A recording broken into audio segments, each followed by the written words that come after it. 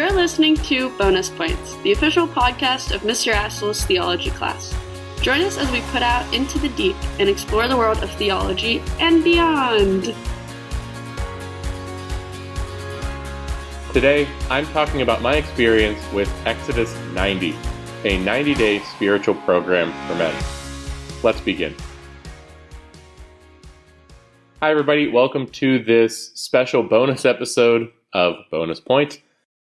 Just like the last bonus episode, my experience at a silent retreat, I think that was episode 10, I'm doing this as a bonus episode because it's going to be more about my experiences than anything substantial. Not to say there won't be any substance, but the focus will be more on my experience than any particular topic. So, it is, as I'm recording this, it is Wednesday of Holy Week, or Spy Wednesday, which means there are just a few days until Easter. Man, I've always loved Holy Week, especially as we get into the Triduum liturgies. My parish has its Tenebrae service tonight. That kind of like, that kicks it off, right? Well, that also means that today is day 87 of this year's Exodus 90 journey. I would say that it feels like just yesterday that it was January 17th when we were starting this. But actually, that feels like it was about 90 days ago. So I want to start with just kind of a brief overview. What is Exodus 90 for those who are unfamiliar with it? And my parish really had a big push this year to get guys involved. And so there are a lot of people who maybe have heard of Exodus 90 because of that, but they'd never heard of it before and they don't really know much about it still. So I'll talk a little bit about what is Exodus 90 and kind of what it's all about.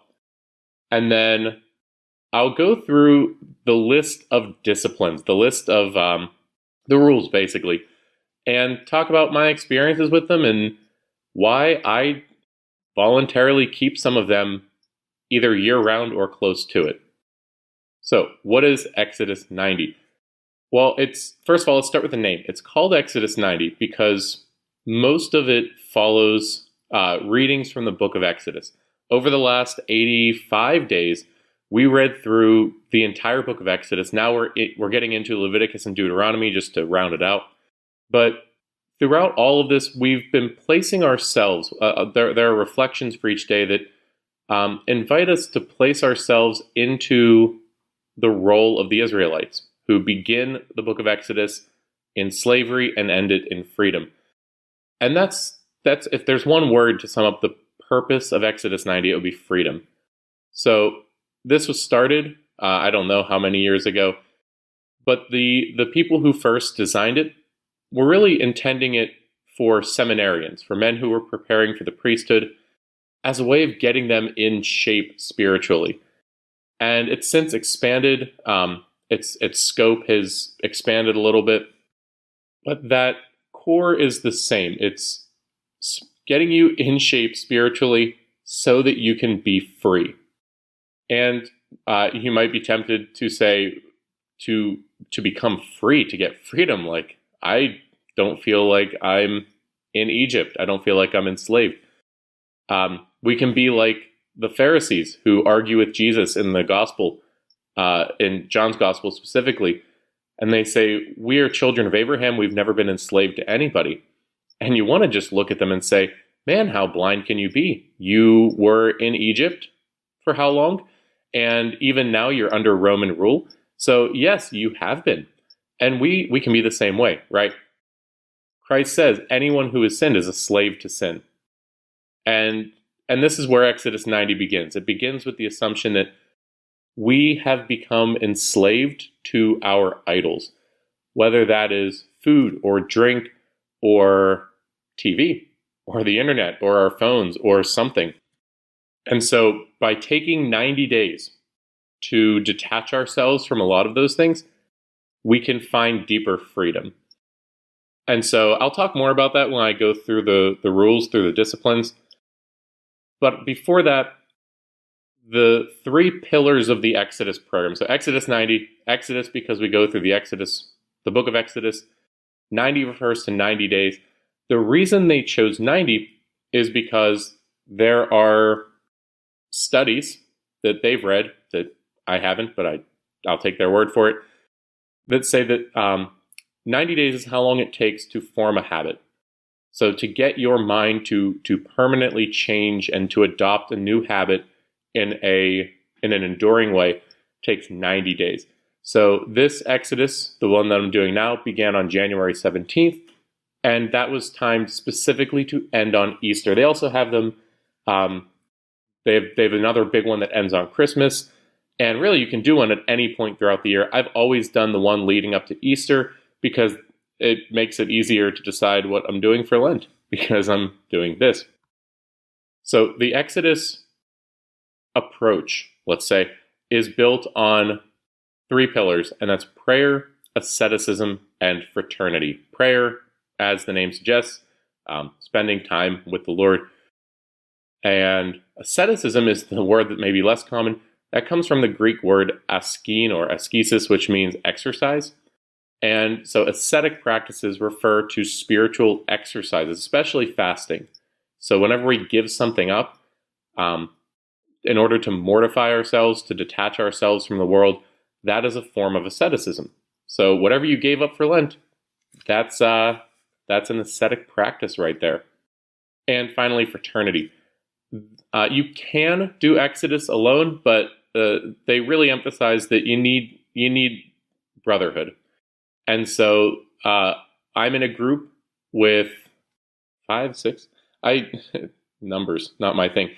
About half a dozen other guys from my parish who are all doing this together.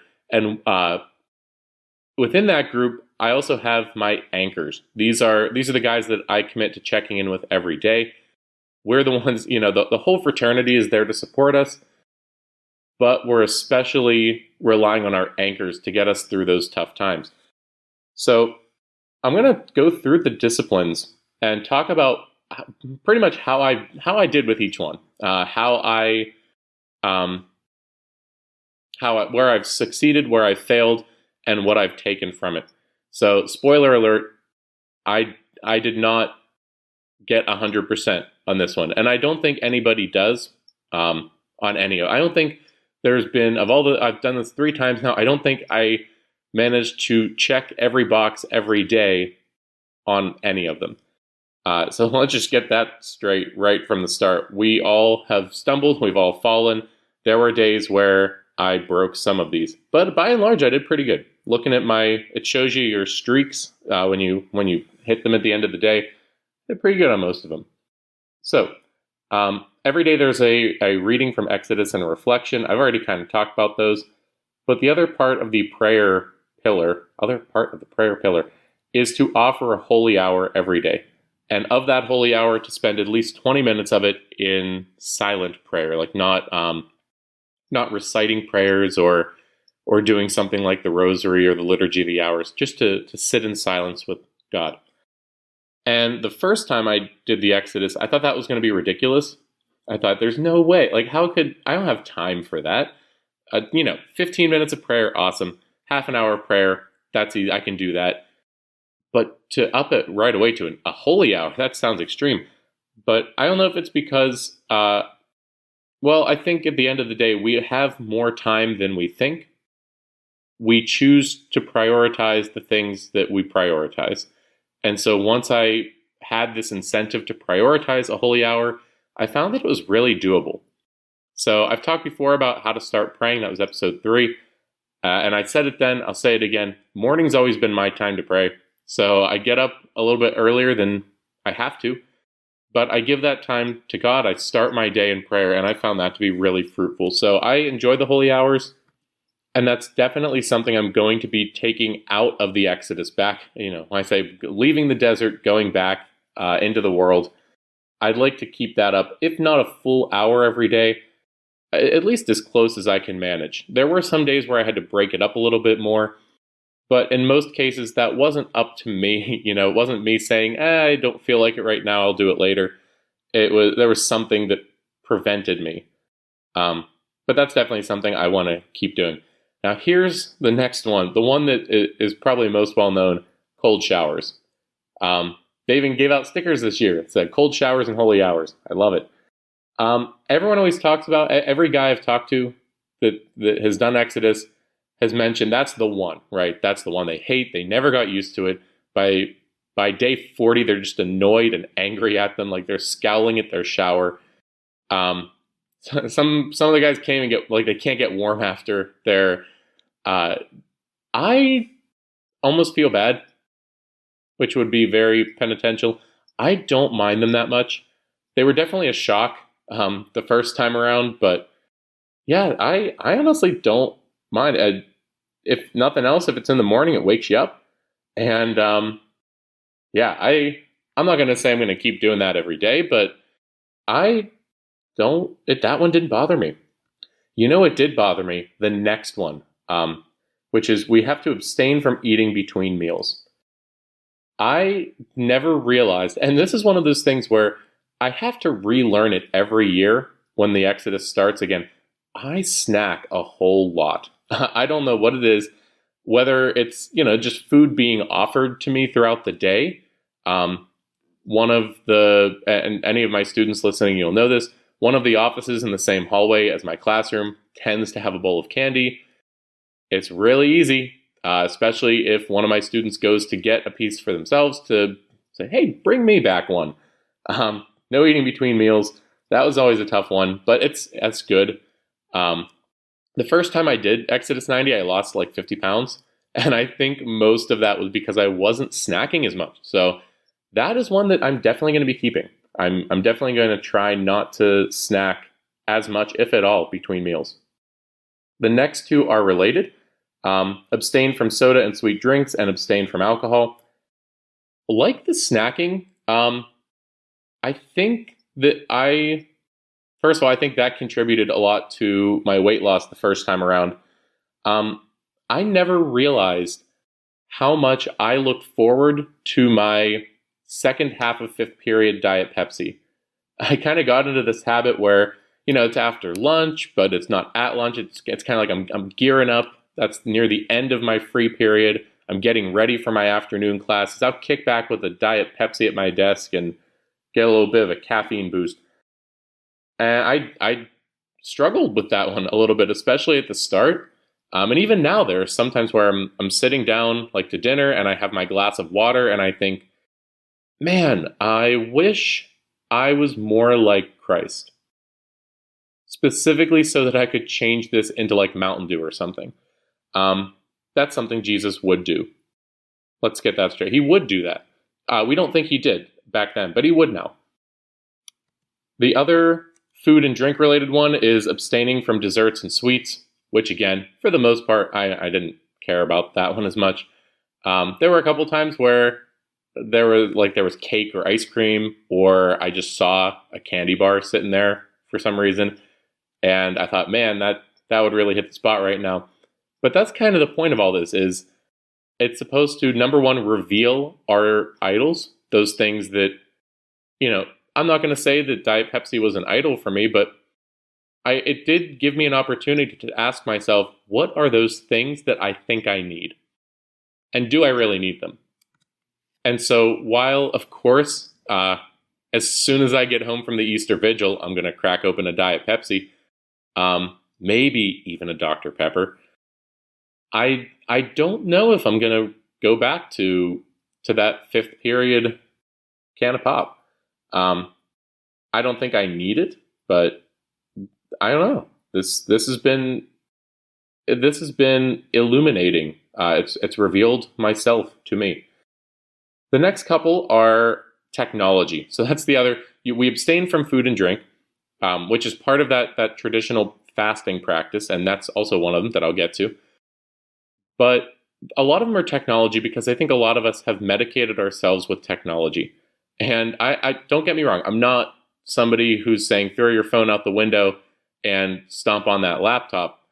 I love technology, but I do think we need to be especially careful with it. And I think that by design, it's hard to do that. And so here are the rules when it came to technology. Abstain from unnecessary mobile device use. Abstain from unnecessary computer use. abstain from video games, from TV, and from televised sports. So going in reverse order here, I did not have an issue abstaining from televised sports because I don't really watch sports. TV was one. I kind of got into a habit of just having YouTube on in the background. Pick a channel that I can just binge watch, put it on the background, pick something on Netflix or Hulu, and just kind of have it there.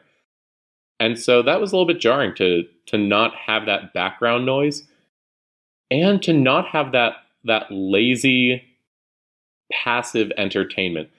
Because, I get home from school, I'm tired physically and especially mentally. The temptation is I want to do something fun that I don't have to think about. And it's really easy to just put on a show and stare at it. But that doesn't, I don't have to engage with that. I'm totally passive. And so I've been reading more because of Exodus, not just spiritual reading. I have a whole stack of novels that I've read. Just, even though that doesn't require this, intense mental focus, I'm still engaging with it in a way that I wouldn't have to engage with something on a screen. And so I'm definitely going to start watching. I haven't seen Book of Boba Fett yet. I'm concerned at this point that my students are going to start spoiling it just for fun. So I'm definitely going to be watching that. But other than that, I don't want to fall back into having a show on in the background all the time, or that being my default when I get home.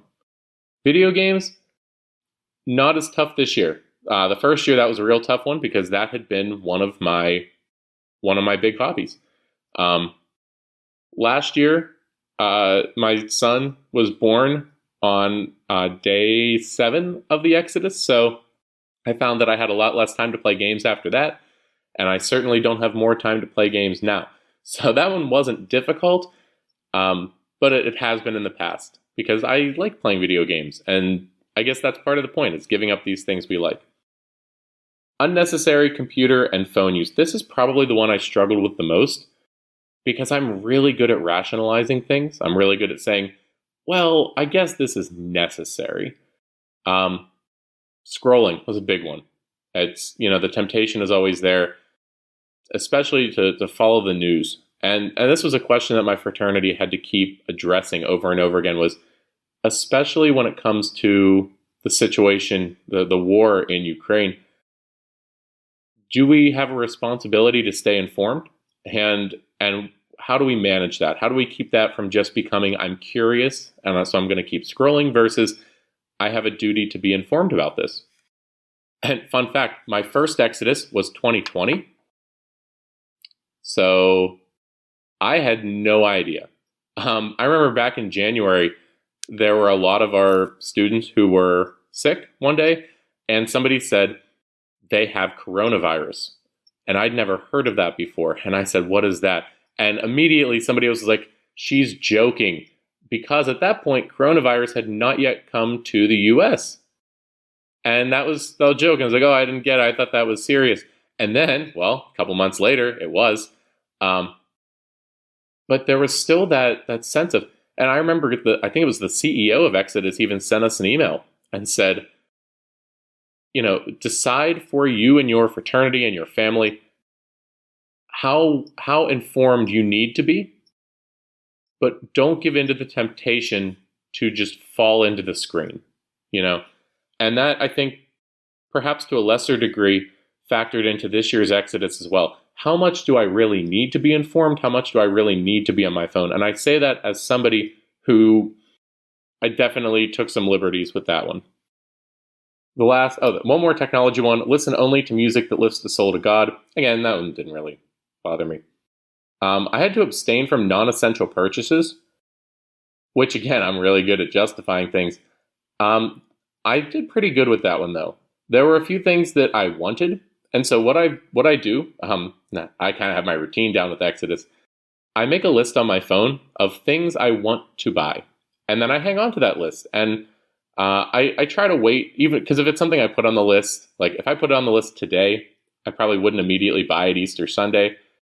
But what I found is that I put it on the list, and then by the time Easter rolls around, I don't want it anymore, or I forgot about it. And if I forgot about it, then I probably didn't want it. So it's been really good for my wallet. That's what I'm going to try to keep up. Probably not abstaining entirely from making unnecessary purchases, but definitely not just buying things because I want them. Kind of hanging on to that.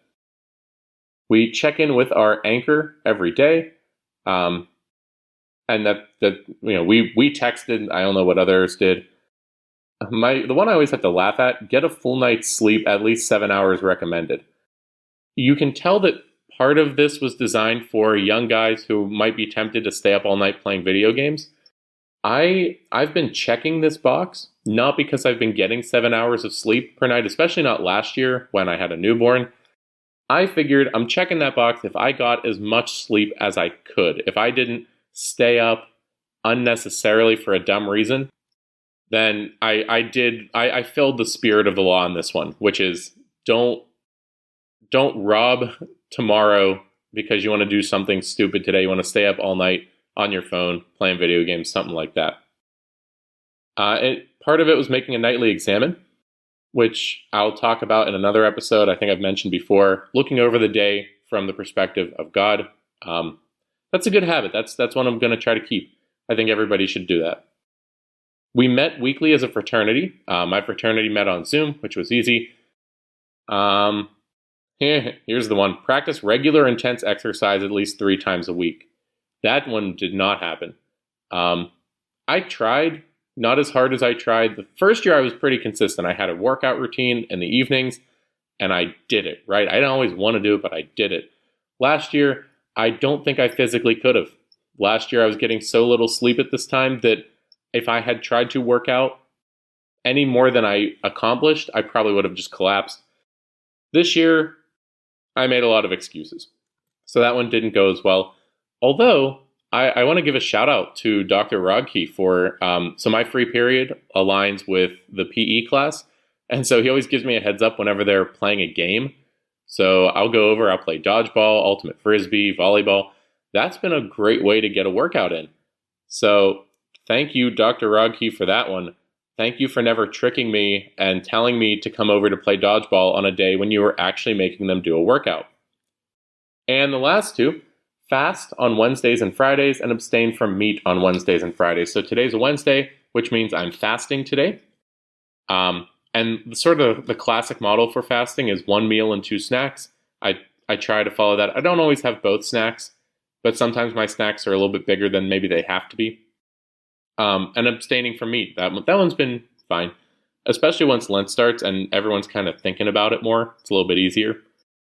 So out of all of that, I say a lot of them were fine. That doesn't mean they weren't difficult. Just that with grace, with God's help, I managed to do them, to keep the disciplines.